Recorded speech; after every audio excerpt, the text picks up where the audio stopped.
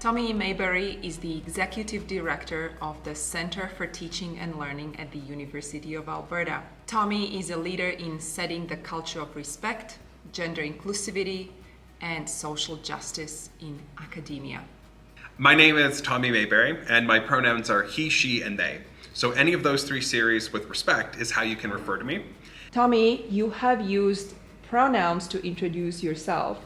When I say you can use any of those three series to refer to me with respect, I mean that, because you can look at me and you can see my facial hair. You can see that I might look, perhaps like you would guess that you could use the he series of pronouns to use for me, or you might assume, or you might think Tommy looks male or like a man, and I know from language that men and males would have the he pronouns for that.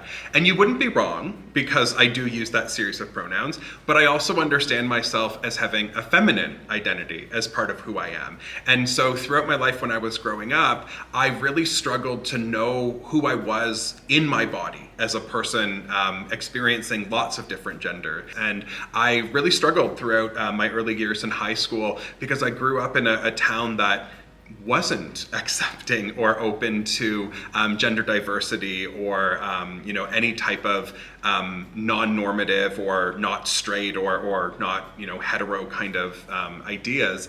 And so the she series of pronouns is also one that people can use to refer to me with respect.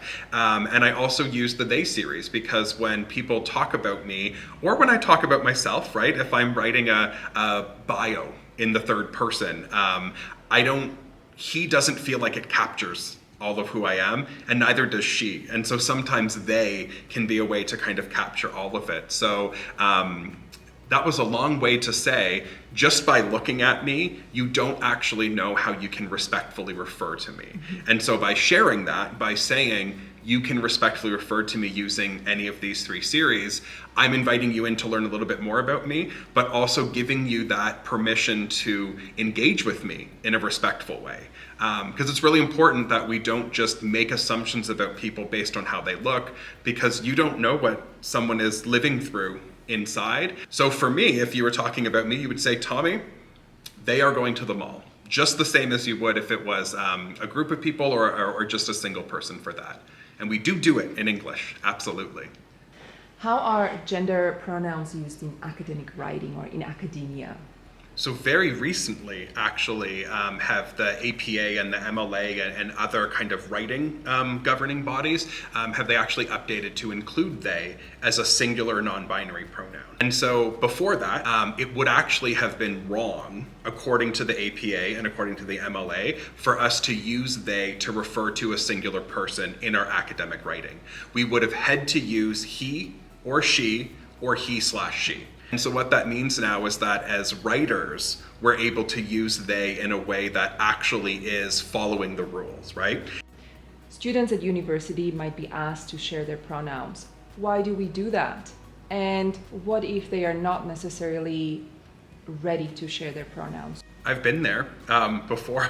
Yeah, I've been in rooms, in meetings where people have been going around and sharing their names and their pronouns, and something about the room didn't feel right or safe for me to share that I have three series of pronouns and that two of them, might tell you a little bit more about me than I was comfortable or ready to share there. So I've been there, absolutely. And so that's why we talk about this as being invited to share your pronouns, right? It's not a mandatory thing. It's a way that we can open the door to create these safer and braver spaces together when we're in classrooms and meetings and those sort of things where we're all growing together. And so it absolutely does happen. It's not an if, right? It's a when it happens that you don't feel that now is the moment to share that. Or maybe you're thinking through your pronouns, or maybe it's in a class and by week 3, you've met a few friends and you feel more comfortable, then you might share them. Or maybe it won't be the first class, it might be the second class for that. So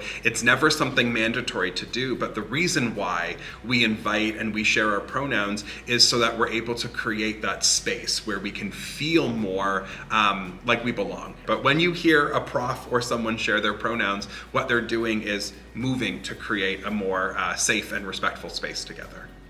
What it means for students is that there are many ways beyond just that go around the room and share your name and pronouns that you can build this into those cultures together. So when you're physically together, or if it's a hybrid event as well with Zoom and stuff, there are ways that you can kind of build in some of the visuals around pronouns. So your Zoom name, you could put your pronouns in brackets beside your Zoom names. A physical classroom version of that could be like a pronoun button, or like the hello, my name is, and you could put your name and then the pronouns on that as well. If you're wanting to create, and I know some times with Zoom and things as well, you won't always be on camera, so what picture you'll have when you're off camera could be like a Bitmoji avatar. And so in Bitmoji, that app, if you type in pronoun, it will actually take your avatar and it will give you a whole bunch of different versions of your avatar pointing at pronouns. In your email signatures, so when you're engaging with your professor and your classmates as well, you can include your pronouns there, so that if that's the first time you're meeting someone and you read their email signature, you'll know how to refer to them with respect as well. So lots of ways that you're able to kind of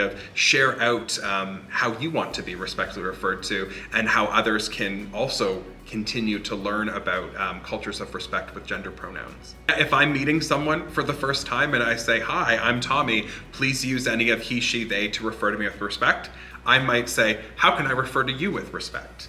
Or I might say, "What's your," if I was doing a classroom thing and we're going around, I might say, "And what's your name?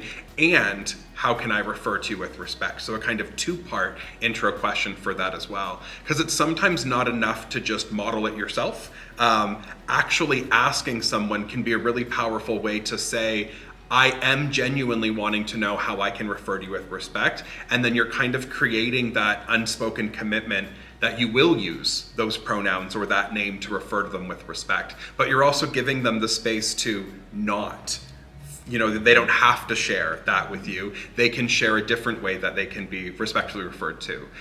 So yes, what is your name and how can I respectfully refer to you today? And this requires a little bit of practice, though. Practice, absolutely. It might sound a little funny, or it might sound a little like, oh, I have to practice. But this is something that all of us, it's very new to all of us in the university as well, because it's a move we're doing to keep doing better in how we engage with each other. Very few people grew up with this on TV shows they were watching or in kindergarten classrooms. So many of us are coming to this as adult learners, and we're coming to it where it's a very new practice and exercise to engage in. And so it can feel a little sheepish or a little embarrassing to practice it. But I've had people who have told me that they've named their, teddy bear a gender neutral name and refer to it as they, because they can practice by referring to a stuffed animal as they, and if they get it wrong, they're not harming anyone, and they can close the door and their roommate doesn't have to hear them talking to a teddy bear. So absolutely, practicing can be a really, really, really powerful way to build up that courage and that stamina to do it with another person in an actual respectful way.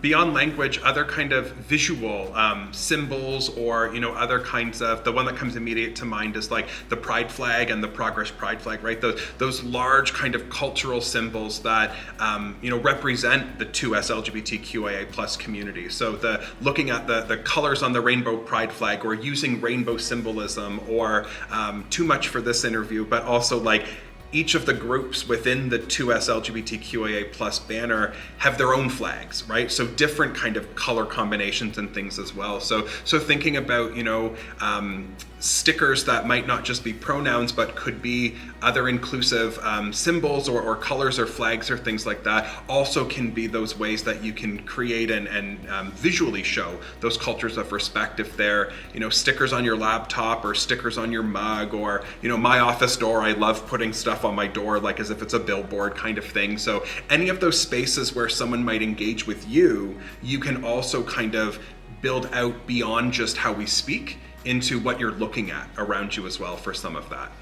so many times, and I don't know all of the different pride flag combinations, and so many times I'll see one that I haven't seen before or that I don't remember, and I'll ask and I'll say, hey, your sticker, what does that mean? Which flag is that? And then usually the person's really excited to say, oh, this is the colors of X kind of thing. And so you find those moments where, yes, absolutely, a curiosity-led way keeps us learning more about people and cultures and how we all are different and similar and come from different understandings and identities.